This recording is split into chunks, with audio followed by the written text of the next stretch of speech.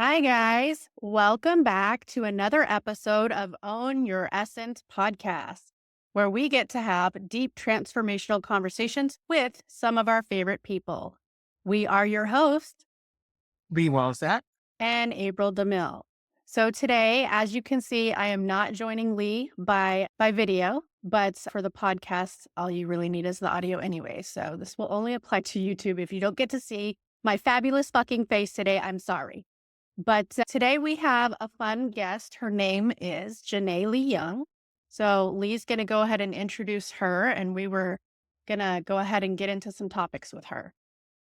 Yes, she seems really cool, and I can't wait to hear what she has to say. So we are excited to introduce Ghenet Lee-Yong, founder of Family Holistic Practices in Postpartum Doula Services. She is a best-selling author of the Nature Immersion 6 Weeks to a Healthier Mind, Body, and Spirit workbook. So we are excited to introduce Ghenet Lee-Yong. Yeah, here she comes. There she is. Hey, lady. All right. So Lee just actually read your introduction, Okay. and I really wanted to dive into your postpartum doula stuff. I really want to go there. Yes. Yeah, it's a pretty amazing topic and one that I've had my fair share of experiences with. So I think it's pretty informational stuff. So how did you get there? I actually didn't even know that there was a such thing as a postpartum doula.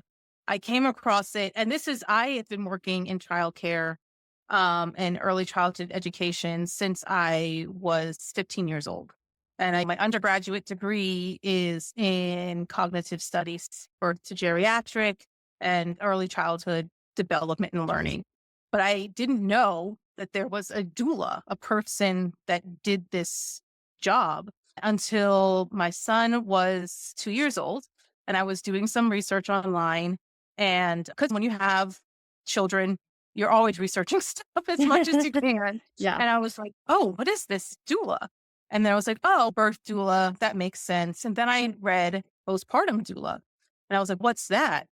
And I saw that a postpartum doula is basically someone that goes into the home and provides that support to families that is so needed. They fill in this gap that families need, especially in those first 6 to 12 weeks of a baby's life, where we used to have lots of support.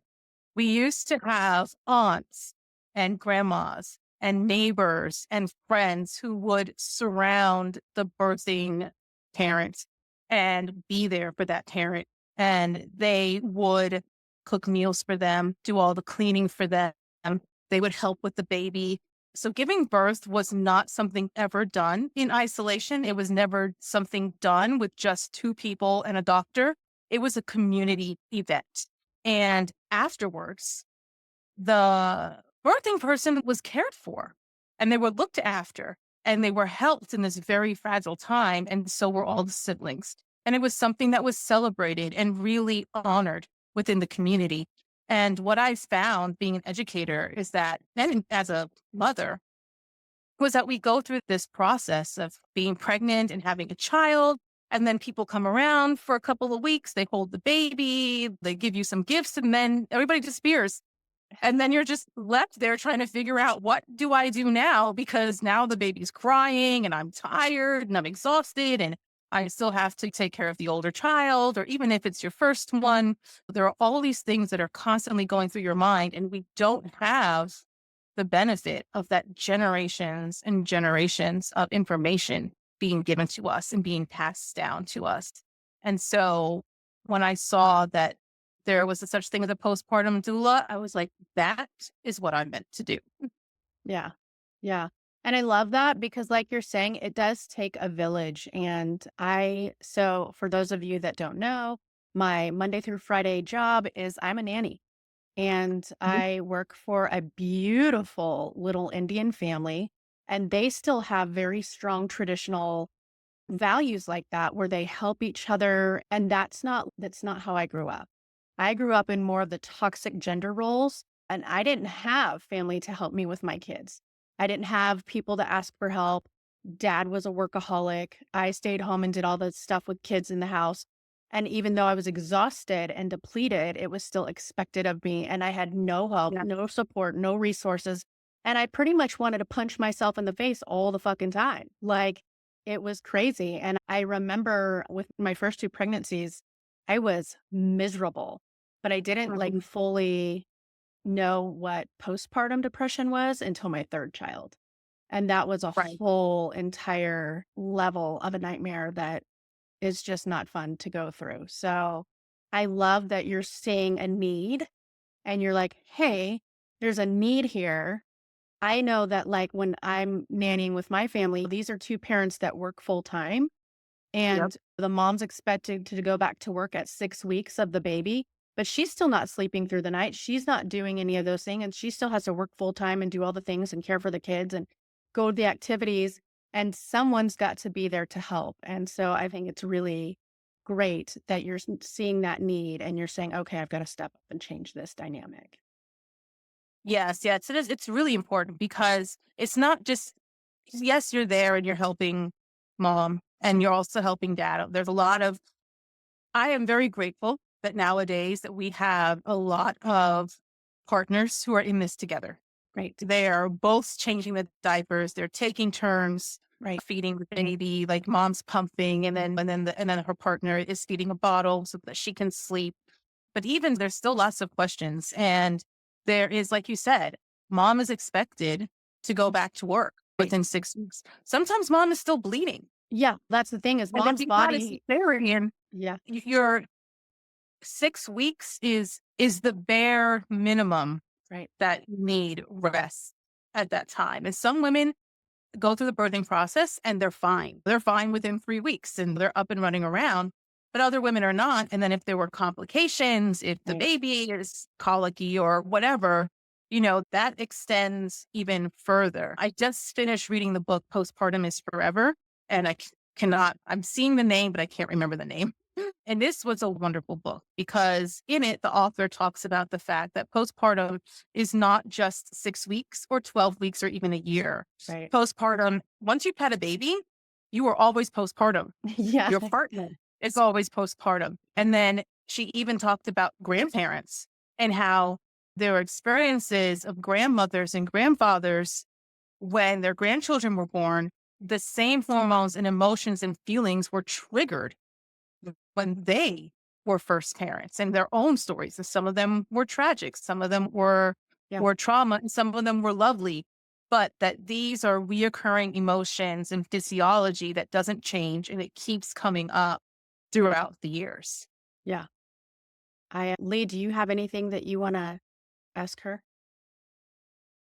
Yeah, I love all of that. And I love, like April said, you seeing a need and you really embodying what you feel like is so resonant for you. I would be curious if, because you mentioned how we used to have all of these different dynamics where people would come and they would help, and it was more of a community effort. And Mhm. I'm curious if you have any thoughts about why the landscape of that has changed so much. Yes, I do. We definitely have thoughts. Have many thoughts. And okay. So this idea that we have, and I might get so much pushback from this, but it's also something that I was feeling.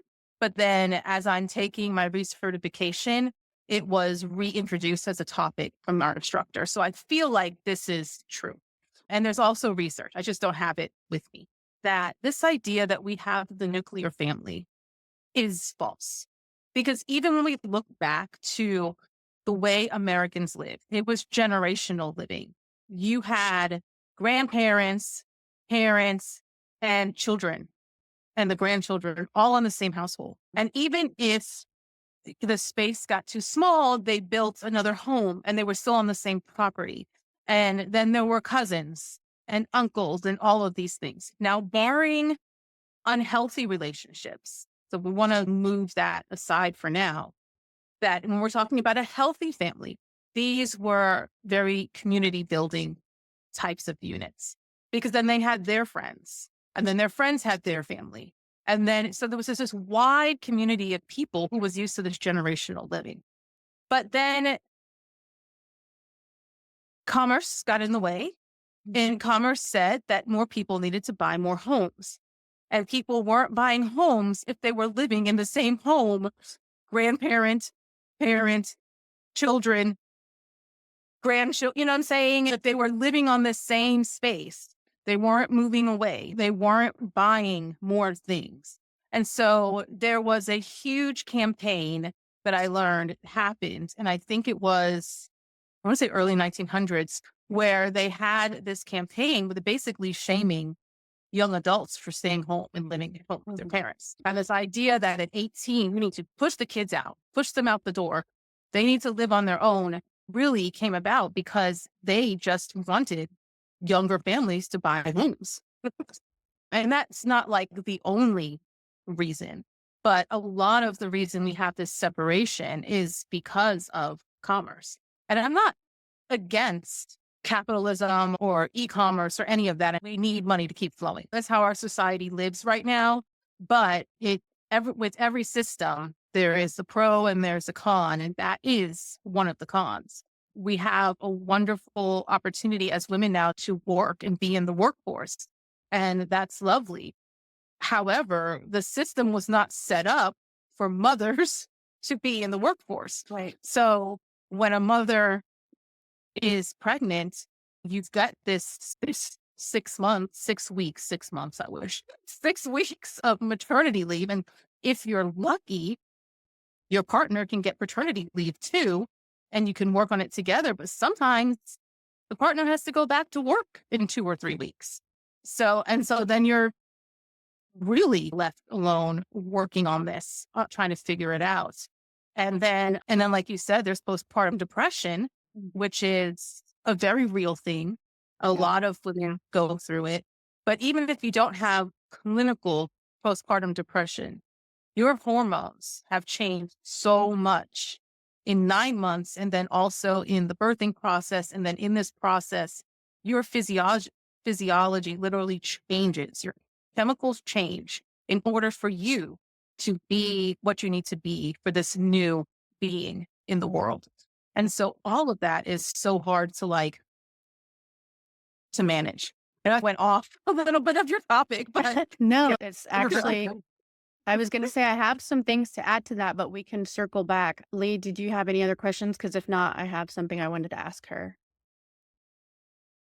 Yeah, I was going to add, I certainly didn't mean to put you on the spot right away with that question, but I did want your insight as someone who does the work that you do, because I think in general, we have really seen in society, and I'm not labeling it good or bad, but there is a bit of a moving away from the kind of tribal dynamics that we used to have, or village type dynamics that we used to have in strong knit community.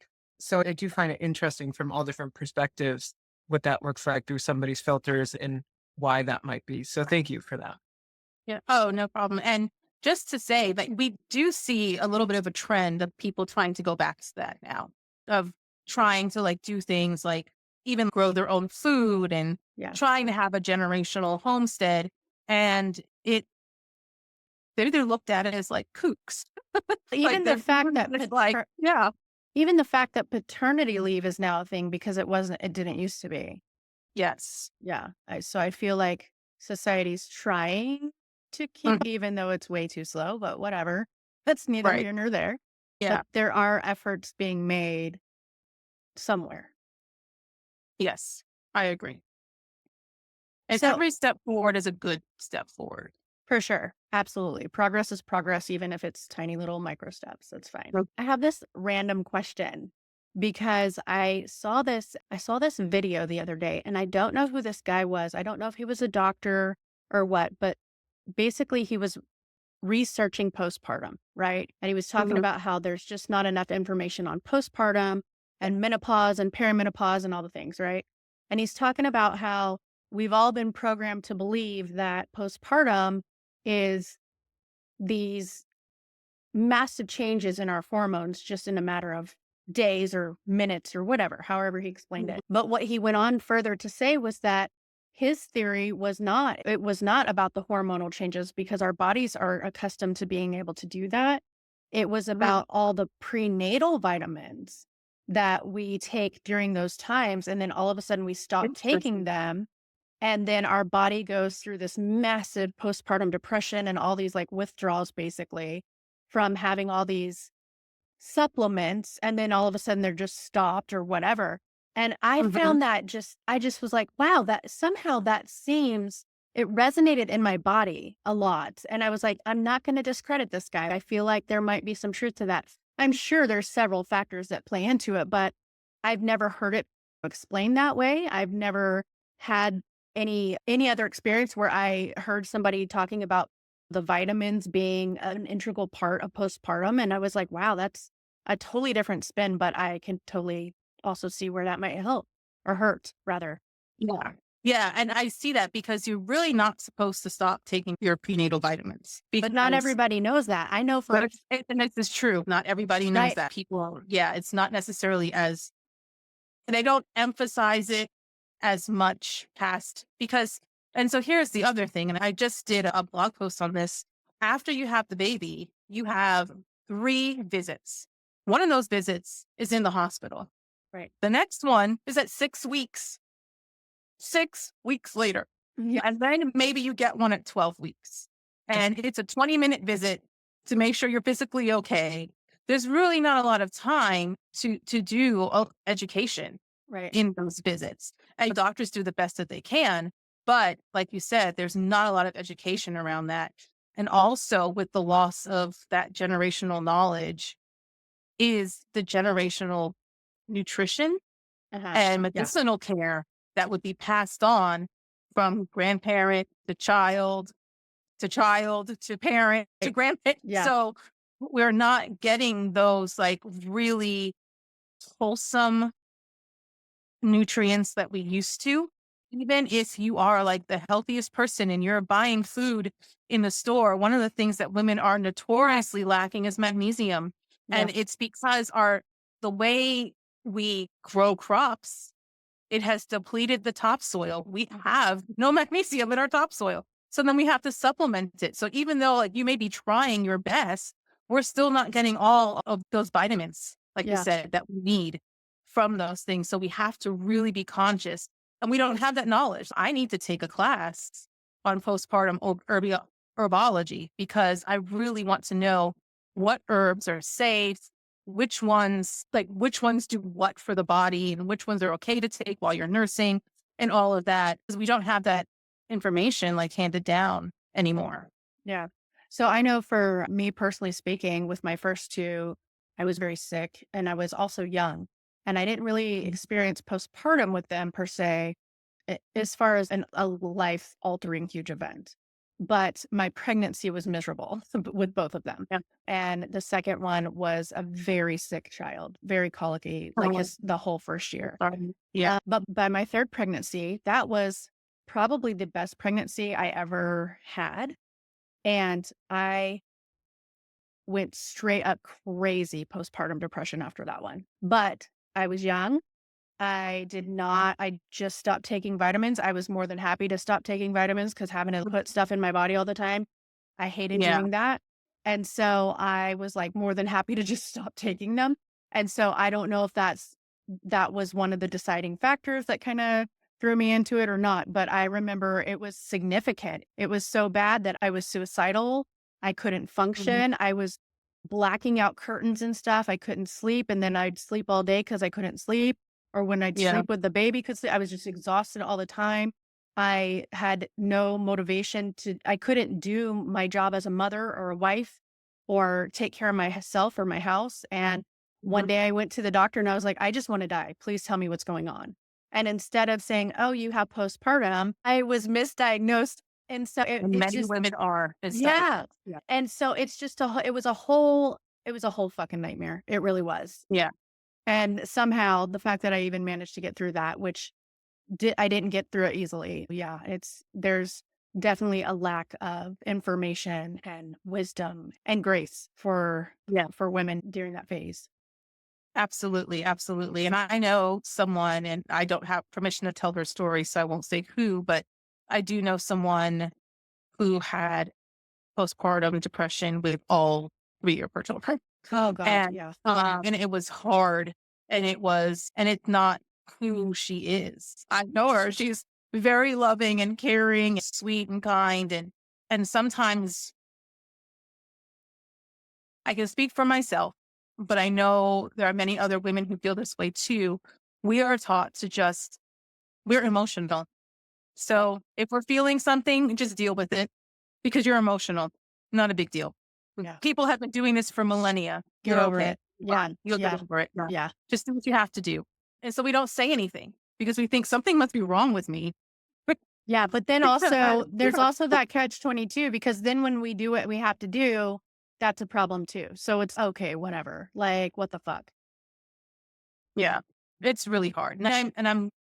And that's one of the things about being in this space as a postpartum doula, because it really does give me the opportunity to validate the birthing parent in their experience Yeah. and validate their emotions, validate their thought process.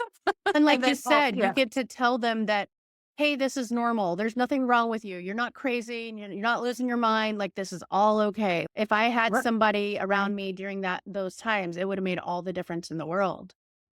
Yes. Yeah.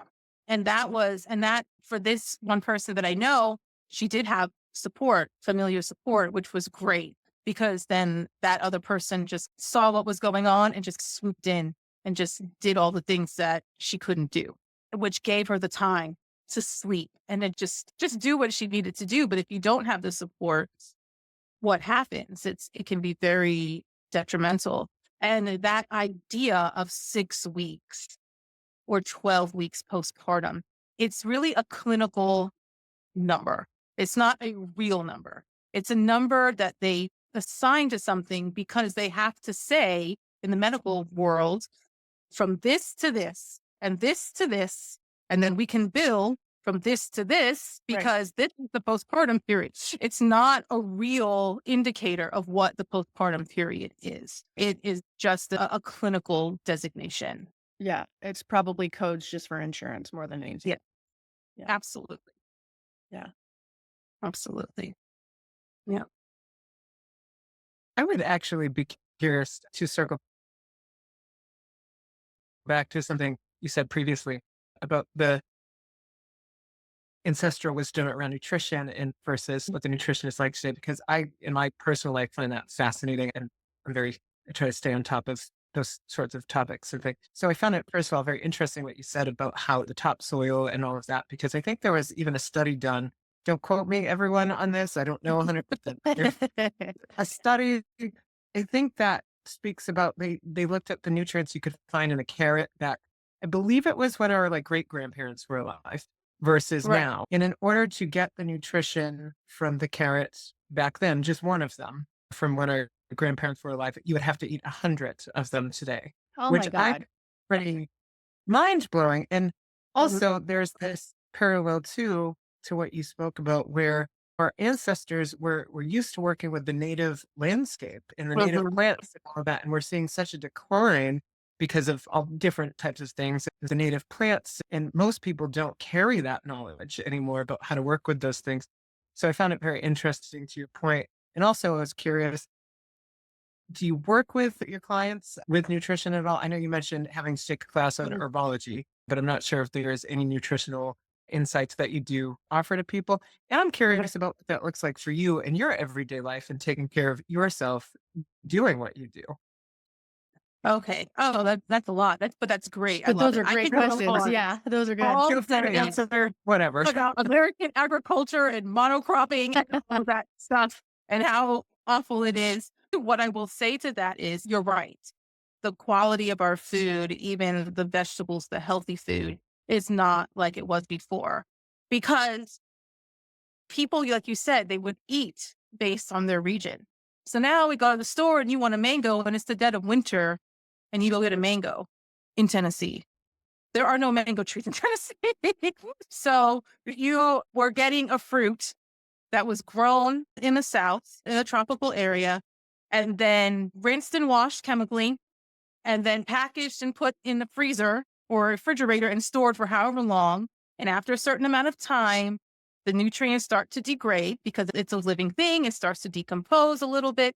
By the time it gets to us, it could be a whole month later. And what we're getting is not even 25% of what we would have gotten if we got that fruit fresh off the tree. And people were used to just, you grew your strawberries and you grew your things in the summer, and whatever you didn't eat, you stored, you canned it. And then when refrigerator came around and freezers, you freeze it and then you use it in the winter.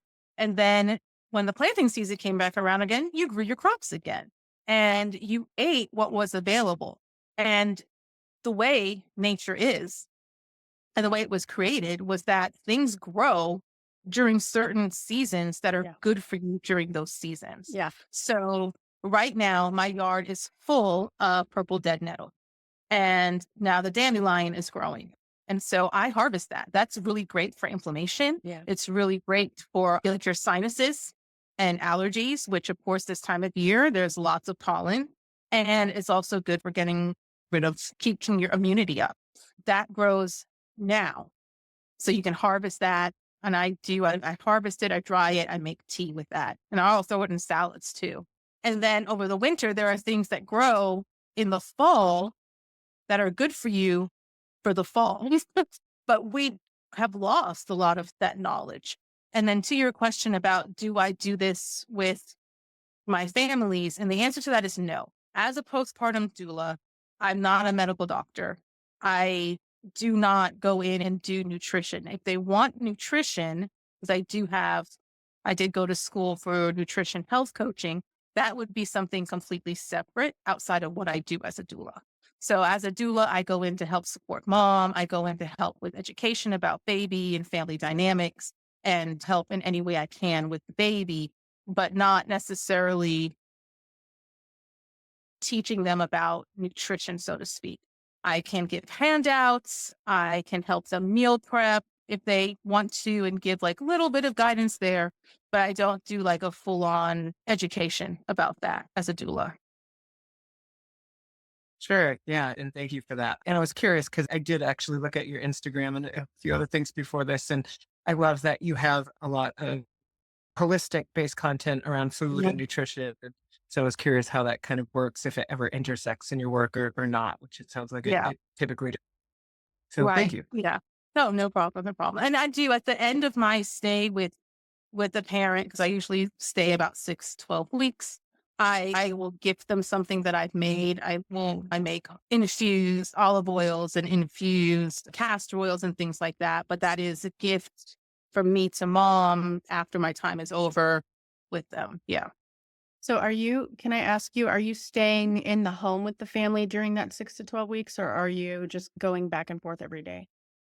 I go back and forth and I usually typically do no more than 4 days a week Okay. because my specialty is overnight care. Okay. Because I feel like that is the hardest Yeah. time for parents. They need that sleep so that they can show up the next day and be present. Yes. It's so hard when you're waking up every hour, 2 hours, 3 hours until the baby is sleeping through the night. And some babies just don't. I have some babies that will sleep 5 to 8 hours. And then there are others that's just the way their body is. They need to eat every 3 hours, and that's okay. Yeah. That's fine. And so that can be tough. So for them, 3 to 4 days is great. For me, 3 to 4 days is great because just the same way they can't stay up all night, every night, neither can I. For sure. You're like, Yeah. I have a family and kids and all the Mhm. things too. Yeah. Yes. That makes Yeah. sense. I want to revisit the idea of seasonal eating. Mhm. I know this isn't necessarily about the postpartum stuff, but It's okay. I think it's super important because I know that like our bodies originally were created to live off the land. Yeah. Our ancestors, that's what they did. And even if you go back to, if we're visiting the days of like Navajo on the plains and all the things, they, there was not, there were not fruits and all the things during winter. They had to have jerkies and all the things. And so I think that our bodies still haven't caught up to the rest of the world and are Right. still functioning at like caveman capacity. And so I think seasonal eating's a pretty big thing, like maybe heavier meats and things through the winter seasons and then like more fresh things through the spring and the summer. And I really think that we have absolutely gotten so far away from I guess, those natural dynamics. Yes. Yeah, I agree. I agree. And they had like nuts and things like that. And regions had different types of food. So, for instance, when you're using honey as medicine, they say that you should really try to use honey from like within, I think, 10 miles of where you live. So local honey. Because right, local honey, that honey will have in it the properties and antibodies and things like that that you need to protect you from any of the illnesses and things that are indigenous to that area. God, And that makes so so, much sense. And I think, yeah. Lee, you even talked about bee pollen and stuff like that. Like Mhm. he takes that. Yeah, local bee pollen. I used to Um, take it. My body doesn't like it so much anymore for other reasons, what- but same sort of idea though. Yeah, Okay. that's you're building immunity. Or Yeah. at very least being exposed to some of the native kind of and local allergens and things like that. Or you're helping your body. Yes. Yeah. Absolutely. And it's hard. We weren't meant to eat the way that we do. We weren't meant to eat packaged things every single day. Our bodies can't handle it. And we can see that in the epidemic of cancers and illnesses that are out there. And then we come up with a pill or a shot or something to deal with the symptom, and we're not addressing the cause. I can definitely speak on that one because I have been dealing with something for several years now it completely changed my life. I will say it ruined my life actually, but Mm. it also saved my life in a lot of weird ways. So it's, for lack of better terms, we're going to call it mast cell activation syndrome right now, but Okay. we're not positive that's exactly what it is, according to my specialist. But my body has decided that it goes anaphylactic over everything. So I can only drink one kind of water. If I drink any other kind of water, my body will try to kill me. If I can only eat these seven foods, and they're not processed, they're just like whole foods, like butternut squash, banana, avocado, like super, it's the seven same things every day for the last however many years. And Mm. if I try to go outside of that and add a food, or I get exposed or cross contamination by accident from something, my body goes anaphylactic and it's a nightmare. It's a complete Right. nightmare. So clearly, that's not normal responses Right. for my body to be like, okay, bitch, you're going to die every day. This is what we're doing now, because it's just not normal for my body to have those responses. And I think a lot of that comes from the lack of value in nutrition these days. Yeah. And it's hard to eat well. If we're on the go all the time, you're running from if you're I used to live in the city where I moved out to the country, and the level of intensity in the city is like here. Yeah. Just like even in the way if you go to the store, people are just like everywhere moving fast, and I am too. I'm not like different. I am like trying to get done and do what I have to do. Whereas in the country, people are way more relaxed. I can't go to this grocery store here and say I'll be back in 10 minutes because I won't. Because I have to talk. People want to have a conversation with you, and it would be rude if I were just to be like, I gotta go. So the level of intensity that we live, especially the closer we live into a city, because there's just such time constraints on everything. And unless you're a really great meal prepper, which I am not, I can be really great, like maybe 1 or 2 weeks out of the 3 months. Then it's what can I get? Where can I go? Yeah. What can I buy really quick? And even if I go to the local vegan Whole Foods place, there's still additives and all of that stuff too. Everything. Yeah. Yeah. And I can say I am a phantasmal food prepper because I've had to be That's for right. so that way I don't die. But before this got to this place, I was just like everybody else, running around, doing the things, going from place to place, grabbing food for myself or my kids on the way. hey, I don't want to cook tonight, bringing home dinner for everybody. Yep. It's the hustle and the grind, and our bodies definitely are suffering from it. I can totally appreciate the conversation around the nutrition and all of that and how it might intersect with chronic health conditions and all that. But to reroute a little bit, I'm curious because I know that you have mentioned sleep here, how important sleep Mhm. is for your families. And I think actually I saw a few mentions of sleep on your Instagram and things like that. And Mhm. obviously there's so much research surrounding like sleep in general being interconnected to our health and all that. So I'm wondering how you manage your own sleep, especially when you're working with your families, because you Mhm. do nights, correct? Yes. Yes. So yes, and then often I work during the day, and so I will have doula clients at night.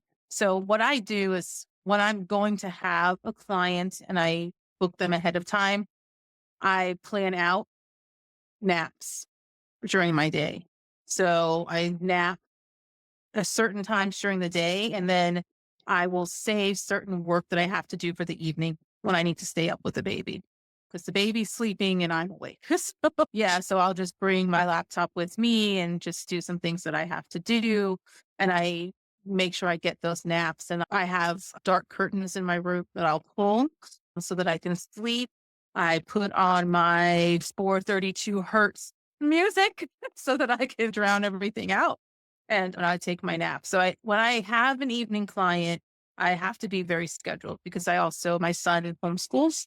So I have to make sure that I'm temping in with him and making sure that he's staying on track and if he has any questions and that type of stuff too.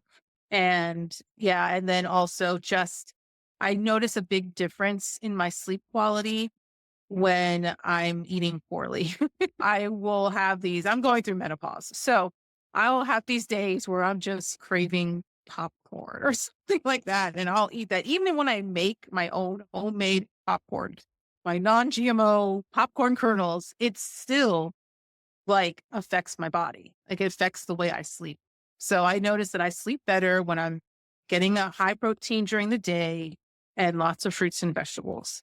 My my way of doing that is I love to buy those veggie packs that they buy for parties, Yeah. and I will just buy that and I will leave it out on my counter or depending on the time of year in the refrigerator. But when I go to snack, I will eat that instead. And I will eat so much of it. I will eat carrots and broccoli and cauliflower, and peppers, whatever is in that veggie pack. And that will help me. I don't know if it's like an oral thing, just so you know, sometimes you just feel like eating something Yeah. and you're not necessarily really hungry, and that's some munchies or something, but and that it satisfies that need to just eat something. Curbs the craving. I used to do the same thing with watermelon. I always had watermelon on Mhm. hand, and it's so filled with fiber and so filling that if I had Yeah. cravings when I was coming off of the glutens and the soys and the milks and all the things, I would just Mm. round eat watermelon all day. Yeah. Yeah. So yeah, thank you for that. I was curious too, because I know that I saw a video on one of your social medias where it's like 5 p.m. wake up time. And I'm like, oh, interesting. Yes. I also saw to add on to that, there was something that you mentioned in our video as well about how when you tried to search images for something of mom sleeping, you could not find you could not find anything. I couldn't. Oh my Um, goodness. yes, Yeah. and then I believe yeah, I believe there's one for dad sleeping, right? Dad and baby. So I'm actually curious about what's that?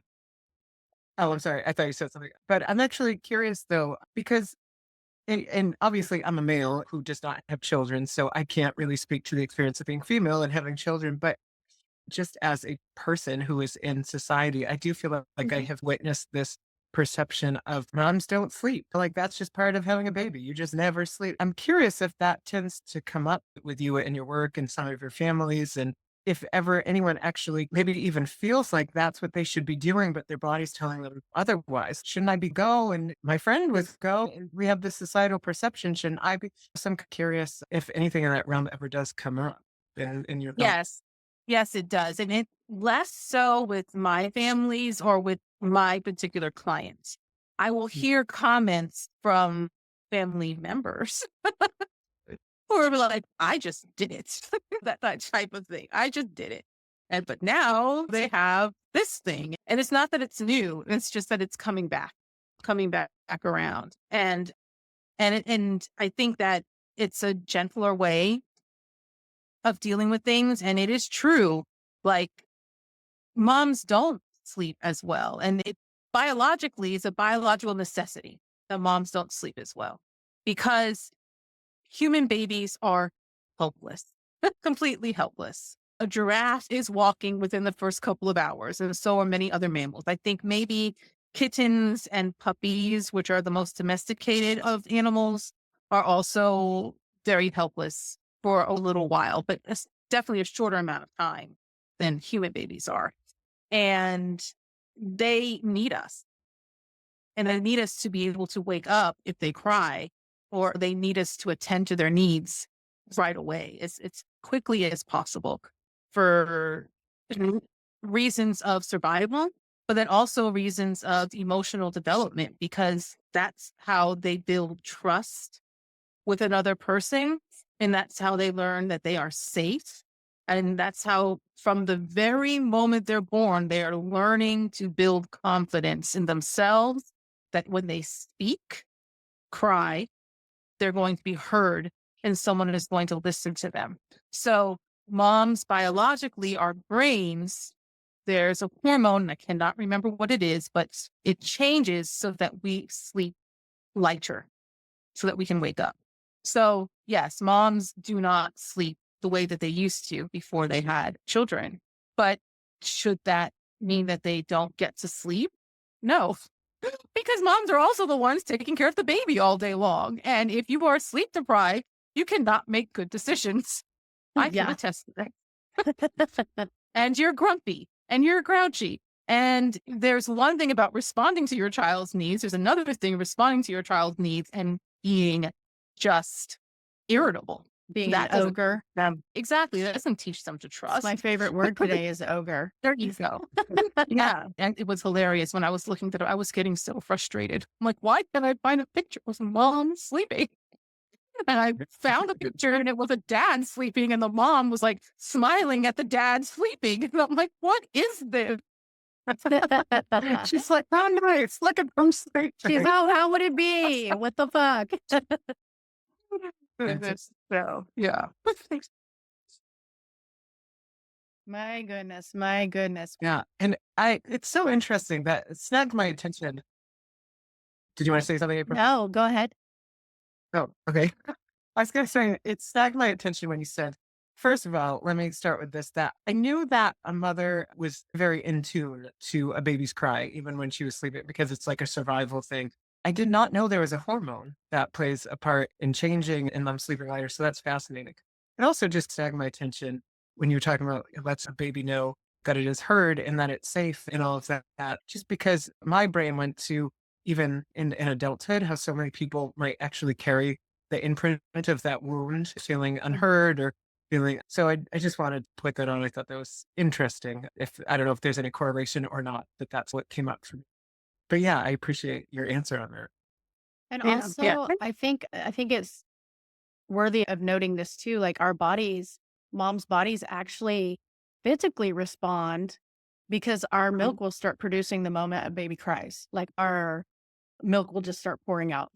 So It just could be for any baby. yeah, that's true It doesn't too. even have That's to be your own baby. yeah, that's true too. It doesn't even have to be your own baby, but like a baby will cry and then all of a sudden your body will respond. Mhm. Hey, it's time for you to take care of this baby, get up and do your job. So your body still responds either way.